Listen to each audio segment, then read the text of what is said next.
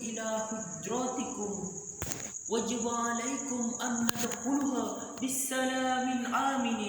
السلام عليكم ورحمة الله وبركاته. Waalaikumsalam warahmatullahi wabarakatuh.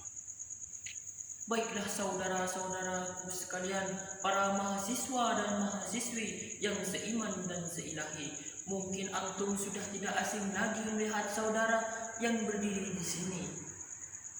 Perkenalkanlah, nama saya Saifullah Nur Muhammad, asal yang tidak asing lagi, yang terkenal dengan budaya batiknya, yaitu Padesa Pakandangan Tengah. Mohon disimak baik-baik dan diperhatikan. A'udzu billahi minasyaitonir rajim. Bismillahirrahmanirrahim.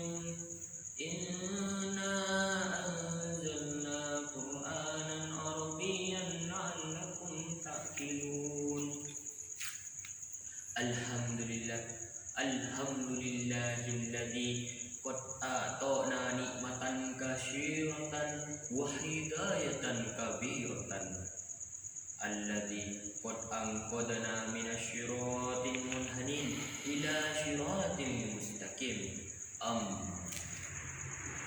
Tiada kata dan nada yang patut hamba ucapkan dari sanubari yang lemah ini terkecuali kalimat syukur alhamdulillahi rabbil alamin atas kehadiran sang ilahi rabbi, yang mana beliau telah menciptakan alam semesta ini yang lautnya seperti permadani tak berujung, dan alamnya yang keindahan-keindahan ini sehingga kita dapat berkumpul di malam yang penuh barokah ini.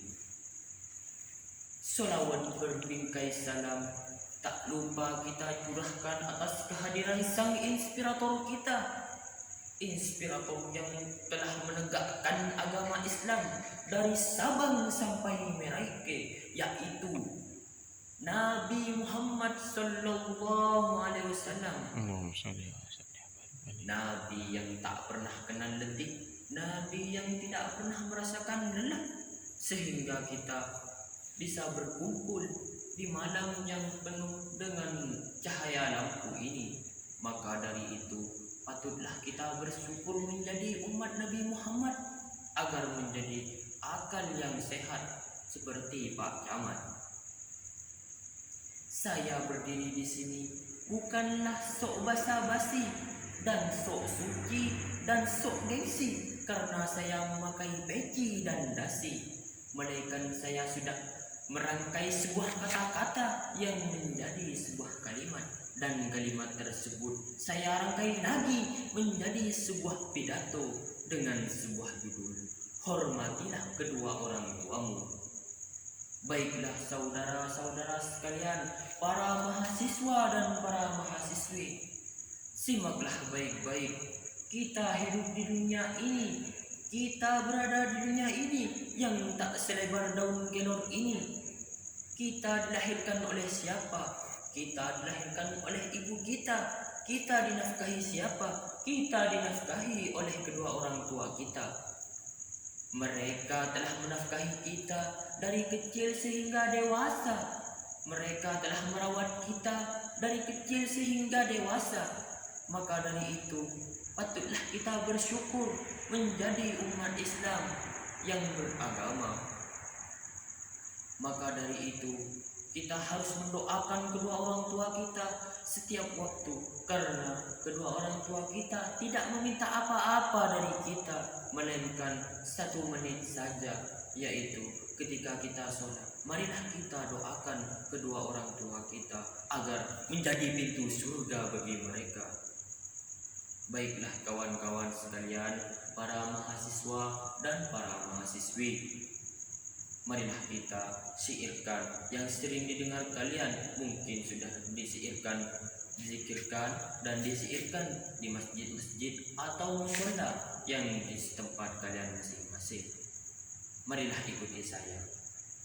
Allahumma ighfir lana dzunubana wa dzunuba walidayna warhamhuma kama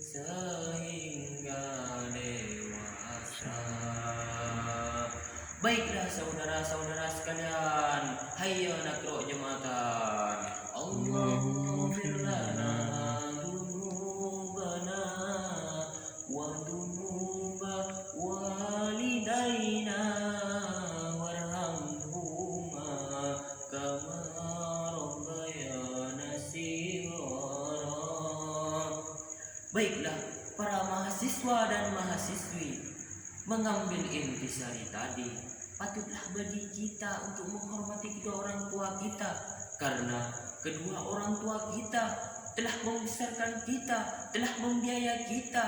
Siapakah yang membiayai kita menjadi mahasiswa? Tentu saja, yaitu kedua orang tua kita. Wahai saudara-saudara, marilah kita berpikir positif tanpa berpikir negatif. Buanglah kata-kata koruptor, buanglah kata-kata malas, buanglah kata-kata bolos.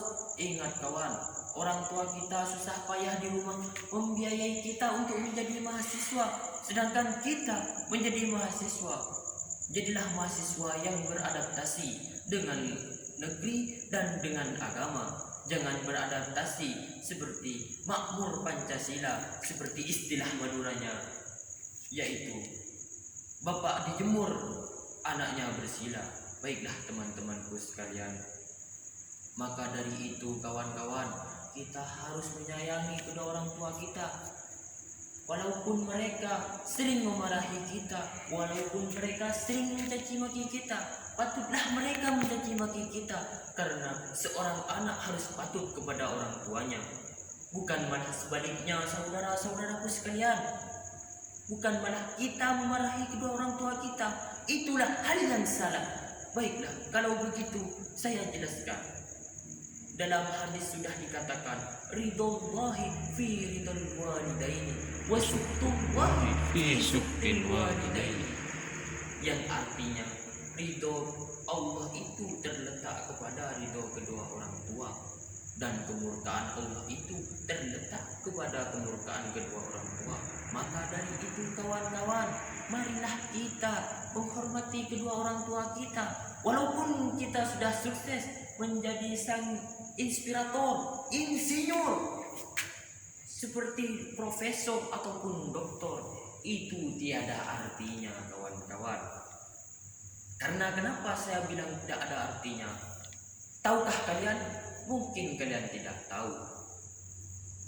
Karena kita sebagai anak, walaupun kita memegang jabatan insinyur, doktor ataupun profesor, kalau orang tua kita sudah tiada, siapa yang akan membanggakannya? Siapa yang akan membanggakannya kalau bukan kedua orang tua kita? Ingatlah kawan-kawan, kita akan masuk surga apabila kita sudah menyayangi kedua orang tua kita dan sering mendoakan kedua orang tua kita. Ingat, kata pepatah mengatakan, al-jannatu tahta aqdamil ummahat, surga berada di telapak kaki ibu.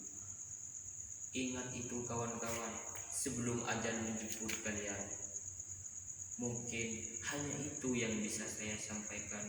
Jika kalian menemukan kesalahan, saya mohon maaf sebesar-besarnya, karena manusia itu tidak luput dari salah dan dosa.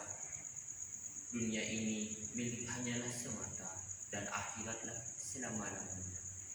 Jika ada kata dan kesalahan, saya mohon maaf kepada antum semua. Baiklah saudara-saudara, mungkin hanya ini yang bisa saya katakan dan bisa saya peringati ataupun saya sampaikan. Wabillahi wal taufiq wal hidayah wal ridha wal inayah. Wassalamualaikum warahmatullahi wabarakatuh. Terus